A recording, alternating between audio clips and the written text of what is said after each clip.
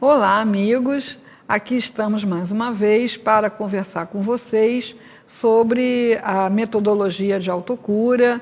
É sempre bom lembrar que essa metodologia, no seu conteúdo básico, é extraído do livro Plenitude, da psicografia do Divaldo, autoria de Joana de Ângeles.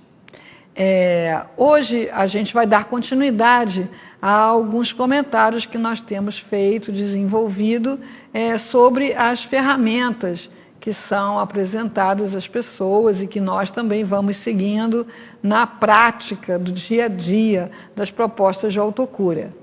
A ideia é que a gente possa trazer esses conteúdos para uma vivência cotidiana mesmo, para um dia a dia cada vez de mais qualidade, de mais que possa contribuir para que o nosso corpo se restabeleça, para que o nosso espírito se desvincule das ideias negativas, da doença, do sofrimento, das perdas. Então, hoje a gente vai falar de um recurso que a gente trabalha quando trata do cuidar do corpo. O cuidar do corpo, o cuidar do físico, é um dos passos do método de autocura, porque Joana propõe que a gente atue de maneira a dar ao nosso corpo o máximo de condições para que ele se restabeleça, para que ele lide com as agressões dos procedimentos, para que ele consiga ajudar a mente a se reequilibrar, o espírito a se harmonizar. Então, esse cuidar do corpo vem nos lembrar que, estando encarnados, essa ligação do corpo com o espírito é muito estreita. Então, aquilo que é vivenciado pelo espírito se comunica com o corpo e aquilo que é vivenciado pelo corpo se comunica com o espírito. Um caminho de mão dupla. Então, investir em cuidados com o corpo é também um procedimento de autocura e também é um procedimento de crescimento espiritual. Nesse cuidado com o corpo, o espírito aprende coisas fundamentais para o seu bem-estar, para a sua felicidade, para a sua saúde, como a disciplina, por exemplo, né? Como a aplicação, como a dedicação, como um termômetro que vai aferindo os excessos que nós cometemos com o nosso corpo, que vai nos ajudando a fazer escolhas mais saudáveis, que vai nos tirando de lugares de acomodação que não são favoráveis para o nosso complexo espírito, mente, corpo, né? Então, a gente usa nesse contexto a ferramenta que é uma papeleta do tipo daquelas que a gente tem quando interna no hospital. Quando nós somos internados no hospital, quer dizer que a nossa saúde está numa situação delicada, né? Fora isso, a gente é tratado em casa. Quando a gente se interna num hospital, a gente abrem lá um prontuário, né? A gente não se dá conta de nada disso, mas é aberto lá um prontuário com o nosso nome, nosso leito, e nesse prontuário são colocadas algumas coisas para serem seguidas de maneira disciplinada e para otimizar todos os recursos disponíveis para que a gente se restabeleça o mais rápido possível e possa sair do hospital. Então, esses recursos, essas coisas, essas anotações que vão constar da nossa papeleta, em geral, em casa, a gente não aborda de maneira tão eficiente. Por isso, estando em casa, é interessante que a gente abra uma papeleta para a gente mesmo. Então, nessa papeleta, o primeiro item é a medicação. Então, quem está tomando medicação, quem está com a medicação prescrita pelo médico, vai anotar lá na sua papeleta de casa o remédio e o horário de tomar o remédio. Parece uma coisa óbvia, mas as interferências que as pessoas fazem nesse quesito é de uma riqueza, assim, né, de uma variedade infinita, o que prejudica a eficácia dos tratamentos. Então, é comum as pessoas tomarem o remédio a hora que lembra. Pode ter passado da hora ideal, como pode ser antes da hora ideal e causar algum problema. As pessoas decidem que aquele remédio é muito forte, então elas não tomam o remédio todo, tomam o remédio pela metade. As pessoas decidem que o remédio é fraco, então elas não tomam o que o médico recomenda, toma 2, toma 3. As pessoas interrompem o remédio porque estão se sentindo bem.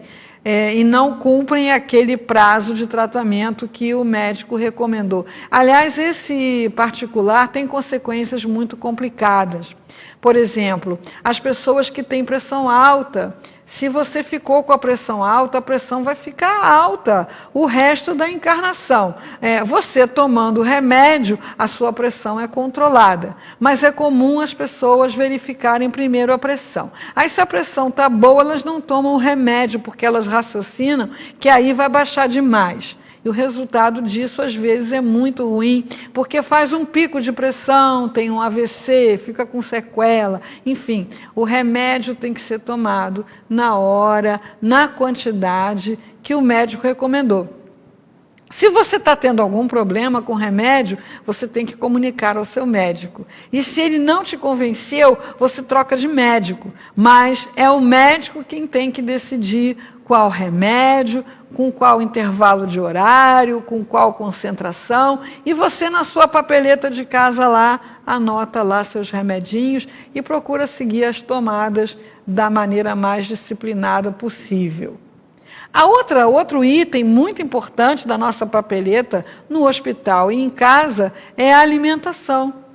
Então, se eu não fizer um planejamento para a minha alimentação, eu não vou ter em casa disponíveis os alimentos que são os ideais para a minha saúde. Se eu já souber quais são os alimentos ideais para a minha saúde, eu vou fazer uma listinha de compra, né? Eu vou preparar esses alimentos. Se eu não souber, eu vou consultar uma nutricionista ou o próprio médico para saber quais são os alimentos. Agora, eu tenho que fazer o planejamento do que eu vou preparar, eu tenho que fazer o planejamento das compras. E o que acontece normalmente, né? O doente, a pessoa que está em sofrimento, ela não vê a menor necessidade de se ocupar dessas coisas. Come o que tem, a hora que tem, se tiver, o que os outros preparam. E alimento, para nós, tem toda uma questão de sabor, de prazer ou de desprazer, mas para o nosso corpo, alimento é química. Tudo aquilo que a gente come vai ser transformado em substâncias químicas que poderão ativar ou inibir as nossas defesas orgânicas, que vão facilitar ou comprometer o funcionamento daquele órgão que está afetado, que vão ajudar ou dificultar a reparação dos tecidos. Então, alimento é um item importantíssimo da papeleta do doente. Então, é fundamental que a gente planeje isso, porque se a gente não planeja, essas coisas não nascem na geladeira nem na despensa, né? Na hora que eu vou preparar o alimento, simplesmente eu não disponho da fruta, do legume, da verdura, que todo mundo já sabe que essas que são as coisas importantes, não é? Para eu preparar meu suco, para eu preparar minha sopinha, para eu preparar minha salada, aquilo que for mais útil para o meu organismo se recuperar da doença, enfrentar as agressões, para minha mente se reequilibrar. Então, se eu já estou, por exemplo, com depressão e como uma alimentação carregada de gordura, né, até quem não está com depressão já fica meio caído, né? Imagine quem está.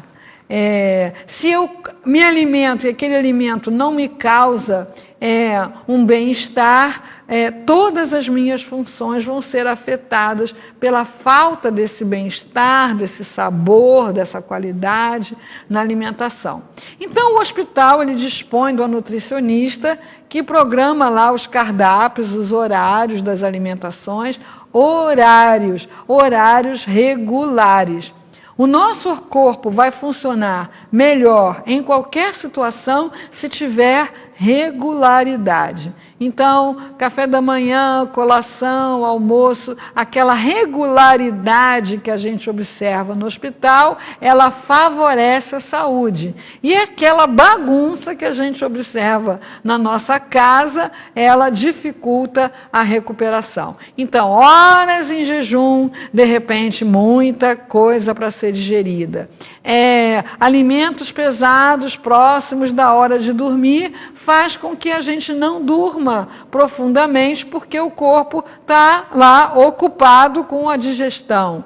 Então, aquilo que a gente observa no hospital, aquela regularidade dos horários, aquela última refeição, que é lá um lanchinho bem leve, é só para você não dormir com fome e sem dar trabalho, sem sobrecarregar o seu organismo com a digestão.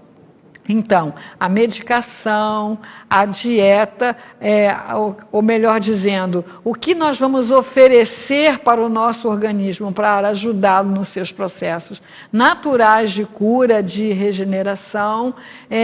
E eu toquei aqui num outro item muito importante, que é o sono. O sono. O sono não é só descansar. Né? O sono é um momento no qual o nosso corpo opera várias funções da parte hormonal, da parte dos neurotransmissores. Então, por isso é que quando a gente tem uma boa noite de sono, não é só porque a gente ficou deitado muito tempo que a gente acorda no dia seguinte bem disposto. É porque houve toda uma renovação do nosso corpo, propiciado pelos mecanismos do sono. E como é que eu cuido do sono, né? Como é que eu cuido do ambiente onde eu durmo? Como é que eu coopero ou não coopero com o mecanismo do sono? Então, o nosso sono é regulado pela luz. Então, nós precisamos dormir no ambiente mais escuro possível. Os especialistas do sono falam que até aquela luzinha do stand-by atrapalha, né? Mas também eu não preciso já partir para uma coisa tão rigorosa. Mas eu vou fazendo umas adaptações. A neurociência fala que o nosso cérebro aprende coisas. Então, por exemplo, se eu vou para a cama ler, o cérebro aprende que cama é lugar de ler. Se eu vou para a cama comer, o cérebro aprende que cama é lugar de comer. Então, a recomendação dos especialistas é que a gente use a cama para dormir, porque aí o cérebro aprende que cama é lugar de dormir. Né? Então, preparar aquele leito acolhedor, preparar aquele leito confortável e esperar o sono vir em outro lugar. Né? Você espera o sono vir lá sentado no sofá, você espera o sono vir sentado na sala, e quando você vai deitar, para dormir, você já está com aquele soninho.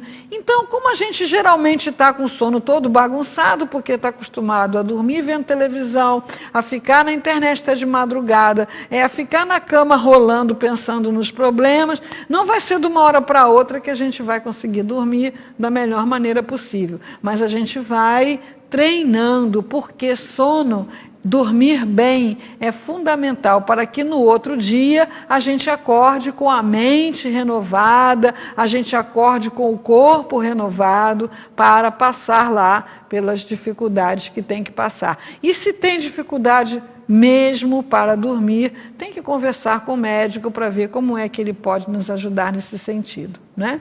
Então, alimentação, sono, e a gente vai falar aqui no tempinho que sobra muito rapidamente sobre movimento. Então, vida é movimento. Então, eu posso estar numa condição qualquer em que eu sinto dores, em que eu não posso fazer os movimentos que eu gostaria, mas no processo da autocura, a gente vai imaginando, pensando os movimentos que a gente pode fazer e ir experimentando. Há muitos casos na literatura, não é, de pessoas que passaram por situações de paralisia, de dificuldades muito grandes, mas elas se dedicavam a pensar o movimento, a se ver em movimento. Então, vamos começar a colocar também na nossa papeleta a hora do exercício, a hora do movimento, a hora da dança, a hora do passeio, a hora para sair de um canto para o outro, enfim, aquilo que for possível dentro das minhas possibilidades. Mas parado, deitado, sentado o tempo todo, não há saúde nem bem-estar possível. Então, vamos abrir a nossa papeleta no nosso hospital de casa e começar a reunir esses recursos que eu falei, outros tantos que não foram falados aqui, que possivelmente podem vir a ser falados em outra oportunidade. Para quê? Para usar tudo que há a meu favor, à minha disposição, para que eu seja uma criatura mais saudável e mais produtiva. É isso, queridos. Obrigado pelo carinho.